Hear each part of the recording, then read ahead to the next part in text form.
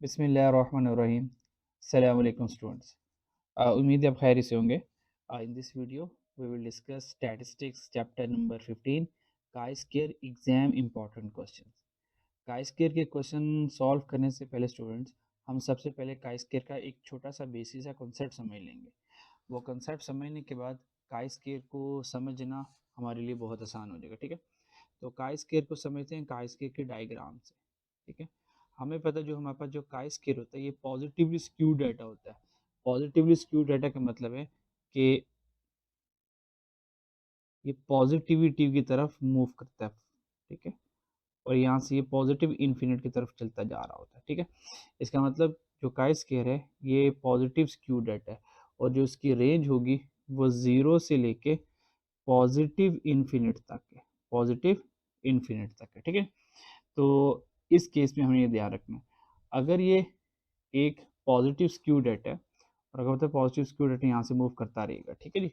अच्छा, अगर ये पॉजिटिव स्क्यू डाटा है और अगर हम इसका मीन मीडियन मॉड देखना चाहें तो यहाँ पे देखिए हमें पता है मॉड होता है, यहाँ पे मॉड होगा और फिर मीडियन होगा और उसके बाद हमारे पास जाकर ये मीन होगा। ठीक है जी, तो ये पॉजिटिव स्क्यू डाटा की करेक्टरिस्टिक्स है कि मॉड ग्रेटर देन मीडियन और मीडियन ग्रेटर देन मॉड होगा और ये एक पॉजिटिवली स्क्यू डाटा होता है। ठीक है, पॉजिटिवली स्क्यू डाटा होता है। ठीक है, अच्छा जी, अब इसी डायग्राम को सामने रखते हुए हम देखते हैं कि which one is the right option. कहता है का इसके लिए मीन ग्रेटर देन मॉड होता है। तो देखें जो मीन है, और सॉरी ये रिवर्स हो गया, मॉड लेस देन, ये सारे के सारे मीन ग्रेटर देन मीडियन और मीडियन ग्रेटर देन मॉड होगा, ये जीरो है और मीन यहाँ से हायर वैल्यू के ऊपर है। तो मीन ग्रेटर देन मॉड है, तो बिल्कुल हमने कहा मीन ग्रेटर देन मॉड है, तो ये बात बिल्कुल सही है। फिर पॉजिटिवली स्क्यू डिस्ट्रीब्यूशन है, आपको पता है का स्क्वायर एक पॉजिटिवली स्क्यू डिस्ट्रीब्यूशन है, तो ये वाली बात भी सही है। तो अल्फा भी सही है, बीटा भी सही है। अच्छा, का स्क्वायर की रेंज होती है जीरो टू पॉजिटिव इन्फिनिट। तो देखें जीरो से पॉजिटिव इन्फिनिट ये कभी भी एक्स एक्सिस को टच नहीं करेगा, यहाँ पे हमेशा एक गैप रहेगा। ठीक है, तो चार्ली भी सही है। सो ऑल ऑफ दिस, तो सारी सारी ऑप्शन करेक्ट है, तो हम कहेंगे कि delta option is the correct one. ठीक है, नेक्स्ट स्टूडेंट देखते हैं आप। 15.2 में एग्जामिनर कह रहा है काइस के distribution is use to test the hypothesis concerning. कहता है काइस के जो डिस्ट्रीब्यूशन है ये किस टेस्ट के लिए इस्तेमाल होता है। ठीक है, the independence of two attributes, दो एट्रीब्यूट्स की इंडिपेंडेंसी को चेक करने के लिए। हमें पता है जो काई स्क्वायर होता है ये क्वालिटेटिव डाटा की टेस्टिंग के लिए यूज होता है। ठीक है, तो independence of two attribute, attribute का मतलब क्वालिटी होता है, इसका मतलब पहली वाली बात सही है, अल्फा सही है। गुडनेस ऑफ फिट, बिल्कुल गुडनेस ऑफ फिट के लिए भी काई स्क्वायर इस्तेमाल होता है, तो बीटा भी करेक्ट है। Population mean for law sample size, population mean के लिए काई स्क्वायर टेस्ट यूज नहीं होता बल्कि जी स्क्वायर टेस्ट यूज होता है।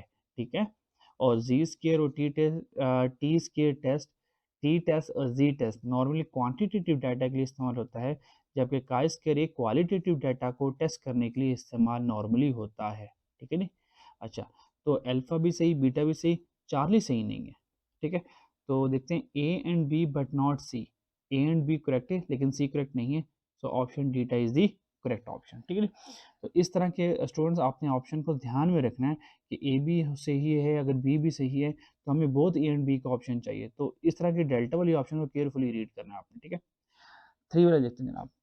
अ college management want to assess the intelligence of class student. देखें क्लास स्टूडेंट की इंटेलिजेंस को टेस्ट करना, इसका मतलब क्लास स्टूडेंट्स की इंटेलिजेंस एक क्वालिटेटिव करेक्टरिस्टिक्स चीज़ है, एक क्वालिटी वाली चीज़ है। ठीक है नी, अगर स्टूडेंट की इंटेलिजेंस को चेक करें, intelligence is the quality of the students, कि वो कितने इंटेलिजेंट है, ज़्यादा इंटेलिजेंट है, कम इंटेलिजेंट है, तो क्वालिटी को चेक करना है। तो इसके लिए कौन सा डिस्ट्रीब्यूशन यूज़ करेंगे, हम काइस के टेस्ट यूज़ करेंगे, क्योंकि काई स्क्वायर टेस्ट जो होता है ये क्वालिटेटिव के लिए होता है, क्वालिटेटिव डाटा के लिए यूज होता है, जबकि टी टेस्ट और जी टेस्ट ये क्वांटिटेटिव डाटा को टेस्ट करने के लिए यूज होता है नॉर्मल। ठीक है जी, अच्छा नेक्स्ट देखते हैं जी। 15.4 Yates correction is applied in case of, Yates correction हमेशा काई स्केयर में यूज होता है। अभी इंशाल्लाह ताला एट द एंड में आपको एक क्वेश्चन कराऊंगा, उसमें येट करेक्शन हम यूज कर रहे होंगे, ठीक है। और ये येट करेक्शन है क्या, अभी मैंने चैप्टर 15 की आपसे रिवीजन शेयर की थी, ठीक है, 10 to 12 मिनट की, तो उसमें येट करेक्शन के बारे में मैंने बताया हुआ है, तो फर्दर वो देख लें, जिससे येट करेक्शन के बारे में आपको थेरोटिकली पता चल जाएगा। न्यूमेरिकल इंशाल्लाह हम एक न्यूमेरिकल सॉल्व करेंगे जिसमें येट करेक्शन को हम सॉल्व करेंगे, ठीक है जी। अच्छा जी, नेक्स्ट देखते हैं आप 15.5। 15.5 में कह रहा है कि द येट्स कंटिन्यूटी करेक्शन, कहता है येट्स कंटिन्यूटी करेक्शन क्या करता है, reduce the numerical value of the difference between actual and estimated value by 0.5 regardless of the sign of numerical value. कहता है येट्स करेक्शन क्या कहता है, कहता है रिड्यूस द न्यूमेरिकल वैल्यू, कहता है एक्चुअल और एस्टिमेटेड, जो एक्चुअल वैल्यूज होती हैं और एस्टिमेटेड वैल्यूज होती हैं, हम क्या कहते हैं उसमें से 0.5 को माइनस कर देते हैं, ठीक है। और ये 0.5 मॉडुलस में आ रहा होता है, इसलिए हमें साइन की टेंशन नहीं है, माइनस हो तब भी हम पॉजिटिव शो करते हैं, और अगर पॉजिटिव है तो वो ऑलरेडी पॉजिटिव है, ठीक है जी। अच्छा स्टूडेंट, इसका मतलब ये है कि जब हम काई स्क्वायर का फॉर्मूला लगाते हैं, आपको पता है कि काई स्क्वायर का फॉर्मूला होता है समीशन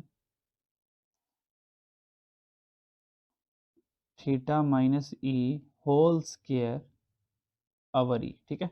ये काई स्क्वायर का टेस्ट होता है, लेकिन जब येट्स करेक्शन आ जाती है तो इस येट्स करेक्शन में काई स्क्वायर का फॉर्मूला थोड़ा सा बदल जाता है। काई स्क्वायर का फॉर्मूला बन जाता है समीशन ब्रैकेट थीटा माइनस ई, थीटा माइनस ई। ये वो कह रहा है डिफरेंस बिटवीन, डिफरेंस मीन ये माइनस इसका एक्चुअल और एस्टिमेटेड वैल्यू, जो थीटा है ये एक्चुअल वैल्यूज है, ई जो एस्टिमेटेड वैल्यूज है, इन दोनों का डिफरेंस, ठीक है। तो ये जो इन दोनों का डिफरेंस होता है, यहाँ पे हम मॉडुलस ले लेते हैं। मॉडुलस का मतलब ये होता है कि अगर थीटा माइनस ई नेगेटिव वैल्यूज भी आ रही है तो भी हम उसको पॉजिटिव कंसिडर करते हैं, ठीक है।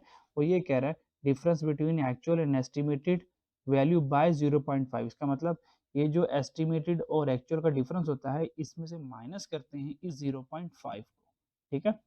इस 0.5 को माइनस करते हैं regardless of the sign. Regardless of the sign का मतलब ये मॉडुलस, मॉडुलस माइनस वैल्यूज को पॉजिटिव में कन्वर्ट कर देता है, ठीक है। तो ये सारी सारी वैल्यू रिड्यूस हो रही होती है, ठीक है, और at the end bracket close हो जाता है, और इसका हम फिर क्या करते हैं स्क्वायर कर देते हैं और डिवाइड बाई ई कर देते हैं। तो ये यहाँ पे हमारे पास जो 0.5 रिड्यूस हुआ न्यूमेरिकल वैल्यू को, this is called yet correction. ये हमारी येट करेक्शन होती है, जो कि सिर्फ काई स्क्वायर में होती है, बाकी किसी कॉन्सेप्ट में येट करेक्शन एग्जिस्ट नहीं करती, ठीक है। तो ये जो येट करेक्शन होती है, ये न्यूमेरिकल वैल्यू को रिड्यूस करती है, ठीक है जी। यहाँ से जो थीटा माइनस सी का जो भी आंसर आएगा उसमें से फर्दर 0.5 फर्दर रिड्यूस होगी, वैल्यूज माइनस करेंगे तो रिड्यूस होगी, तो अल्फा ऑप्शन ही हमारी करेक्ट है। बीटा में इंक्रीज कह रहा है, जो कि गलत है। Reduce the numerical value of the difference between actual estimated value by 0.5 if actual value is greater, greater greater कोई नहीं आता, ठीक है, लेस भी आ सकता है। उसके बाद कह रहा है reduce the numerical value the difference between actual and estimated value by 0.5 only if actual value is less, नहीं ये नहीं। तो ये है कि एक्चुअल वैल्यू जो है उसके अंदर साइन का कोई हमें कंसिडरेशन नहीं है, साइन नेगेटिव है तो भी मॉडुलस को पॉजिटिव कर देगा, पॉजिटिव है तो कोई टेंशन नहीं है, तो ग्रेटर और लेस की कोई कंडीशन नहीं होती। ये एक्सपेक्टेड वैल्यू जो है वो ग्रेटर आ जाए या थीटा एक्चुअल वैल्यू वो ग्रेटर आ जाए, इससे हमें कोई टेंशन नहीं होती, ठीक है जी। 15.6 देखते हैं। A statistician want to test whether intelligence level of college student of two different cities are different or not। एक स्टैटिशियन ये जानना चाहता है कि इंटेलिजेंस लेवल कॉलेज स्टूडेंट का टू डिफरेंट सिटीज़ का सेम है या नहीं है। फॉर एग्जांपल कि एक हमारे पास कराची सिटी है, ठीक है, मान लें एक लाहौर सिटी है, ठीक है। कह रहा है यहाँ पे स्टूडेंट्स हैं, कराची के कुछ स्टूडेंट्स हैं और यहाँ पे लाहौर के कुछ स्टूडेंट्स हैं। इन दोनों का इंटेलिजेंस लेवल, क्या कराची के स्टूडेंट का इंटेलिजेंस लेवल और लाहौर के स्टूडेंट्स का इंटेलिजेंस लेवल सेम है या डिफरेंट है या सेम नॉट सेम है, ठीक है, ये चेक करना चाह रहे हैं। तो देखिए इंटेलिजेंस लेवल एक क्वालिटी है, the above test would require the use of, कहता दोनों स्टूडेंट्स, कॉलेज के स्टूडेंट्स का इंटेलिजेंस लेवल चेक करने के कौन सा टेस्ट लगाएंगे, chi square, test of goodness of fit, ji test और टी टेस्ट, इनमें से कौन सा टेस्ट हम लगाएंगे, तो हम कहेंगे इसके लिए हम काई स्क्वायर टेस्ट यूज करेंगे, ठीक है जी। चलिए, अच्छा इसमें एक ये मसला बच्चों को आ सकता है, sir test of goodness of fit भी तो काई स्क्वायर टेस्ट का पार्ट है, तो ये क्यों नहीं बेटा, तो देखें जो गुडनेस ऑफ फिट टेस्ट होता है, गुडनेस ऑफ फिट टेस्ट होता है, ये एक्चुअल वैल्यूज और एस्टिमेटेड वैल्यूज में जो डिफरेंस आ रहा होता है ये उनको डील करता है, ठीक है। जबकि काइस्के टेस्ट जो है वो एक ब्रॉडर टर्म है जो test of goodness of fit को भी डील कर रहा होता है, टेस्ट ऑफ एसोसिएशन यानी कि इंटेलिजेंस जैसे क्वालिटेटिव वेरिएबल्स, क्वालिटेटिव डाटा वाले जो वेरिएबल्स होते हैं उनको टेस्ट करने के लिए टेस्ट ऑफ एसोसिएशन यूज होता है। तो टेस्ट ऑफ एसोसिएशन तो हमारे ऑप्शन में है ही नहीं, दैट्स व्हाई वी चूज काइस्के टेस्टिंग, ठीक है। अच्छा जी, 7 देखते हैं, the term degree of freedom is use with reference to, कहता है जो टर्म डिग्री ऑफ फ्रीडम है वो कहाँ कहाँ इस्तेमाल होता है, test of goodness of fit में, तो test of goodness of fit में बिल्कुल डिग्री ऑफ फ्रीडम यूज होता है, ठीक है, क्योंकि ये काइस्के टेस्ट है और काइस्के टेस्ट में डिग्री ऑफ फ्रीडम यूज होता है। Z test and test of goodness of fit, ji test and test of goodness of fit, अच्छा जी टेस्ट में डिग्री ऑफ फ्रीडम यूज नहीं होता, ठीक है। अच्छा T test and test of goodness of fit, बिल्कुल टी टेस्ट में भी degree of freedom n-1 use हो रहा होता है, ठीक है जी। और गुडनेस ऑफ फिट टेस्ट में भी R-1 और C-1 degree of freedom use हो रहा होता है। आज आपके टी टेस्ट में डिग्री ऑफ फ्रीडम यूज होता है लेकिन जी टेस्ट में यूज नहीं होता, ठीक है। अच्छा अब यहाँ पे स्टूडेंट्स ऑप्शन कौन सी करेक्ट होगी, चार्ली ऑप्शन में तो टी टेस्ट भी सही है, टेस्ट ऑफ गुडनेस भी सही है, यानी कि चार्ली ऑप्शन भी सही है, और अल्फा में test of goodness of fit लिखा हुआ सिर्फ, तो अल्फा भी सही है, चार्ली भी सही है, ये दोनों ऑप्शन सही हैं, ठीक है। लेकिन अगर इन दोनों में से मोस्ट अप्रोप्रिएट देखा जाए तो मोस्ट अप्रोप्रिएट ऑप्शन जो बनेगी वो चार्ली बनेगी, क्योंकि चार्ली में टी टेस्ट भी आ रहा है और test of goodness of fit यानी कि काइस के टेस्ट भी आ रहा है, ठीक है। तो चार्ली ऑप्शन जो बेस्ट है, हालांकि देखें अल्फा ऑप्शन भी सही है, इसको मैं गलत नहीं कह सकता। अगर एक एग्जामिनर ने कह दिया सिलेक्ट एनी टू, तो अगर दो सिलेक्ट करने तो मैं अल्फा भी सही कंसिडर करूंगा, चार्ली भी सही कंसिडर करूंगा। लेकिन अगर वो कहता नहीं किसी एक को सिलेक्ट करो, तो फिर वेटेज चार्ली की बढ़ जाती है, क्योंकि इसमें टी टेस्ट भी मौजूद है और test of goodness of fit यानी कि काइस के टेस्ट भी मौजूद है, ठीक है। तो जो सी है ये ज़्यादा स्ट्रॉन्ग आंसर होगा एज कम्पेयर टू अल्फा, क्योंकि अगर मैं अल्फा को सही कहता हूँ तो मैं ये इनडायरेक्टली कह रहा हूँ कि चार्ली वाला ऑप्शन सही नहीं है, ठीक है। अच्छा जी, 5.15.8, 8 में कह रहा है which of the following is continuous distribution, कहता है इनमें से कौन कंटिन्यूस डिस्ट्रीब्यूशन है, तो कंटिन्यूस डिस्ट्रीब्यूशन में स्टूडेंट याद रखिएगा जो जी डिस्ट्रीब्यूशन है ये भी कंटिन्यूस डिस्ट्रीब्यूशन होता है, टी डिस्ट्रीब्यूशन भी कंटिन्यूस डिस्ट्रीब्यूशन होता है, काइस के डिस्ट्रीब्यूशन भी कंटिन्यूस डिस्ट्रीब्यूशन होता है, ठीक है। जो बाइनोमियल होते हैं, पॉइजन होते हैं और हाइपर ज्योमेट्रिक होते हैं ये डिस्क्रीट डिस्ट्रीब्यूशन कहलाते हैं, ठीक है जी। इनके अलावा Z test, T test, T distribution, chi के डिस्ट्रीब्यूशन, ये सारे कंटिन्यूस डिस्ट्रीब्यूशन होते हैं, ठीक है, यानी कि कंटिन्यूस वेरिएबल्स के लिए ये टेस्ट किए जाते हैं।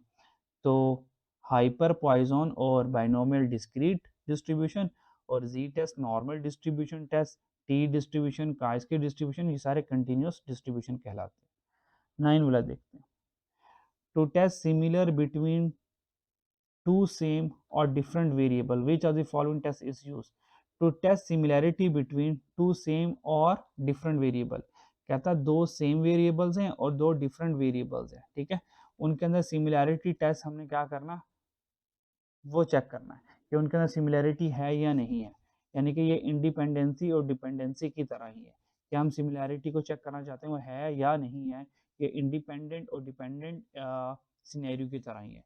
तो इसके लिए हमें हमें पता है कि हम काइस के टेस्ट नॉर्मली यूज़ करते हैं, ठीक है। जबकि हमें पता है टी टेस्ट और जी टेस्ट जो है ये पॉपुलेशन मीन और या सैंपल मीन को टेस्ट करने के लिए यूज़ होता है, ये दो चीज़ों को कंपैरिजन के तौर पर टी टेस्ट जी टेस्ट इस्तेमाल नहीं होता। तो जब भी दो चीज़ों के दरमियान कंपैरिजन करना है तो उसके लिए हमेशा काइस के टेस्ट ही यूज़ होगा, ठीक है जी। तो स्टूडेंट आज के लिए इससे थ्योरेटिकल क्वेश्चन थे, ठीक है। होप सो आप थ्योरेटिकल क्वेश्चन को समझ चुके होंगे, ठीक है।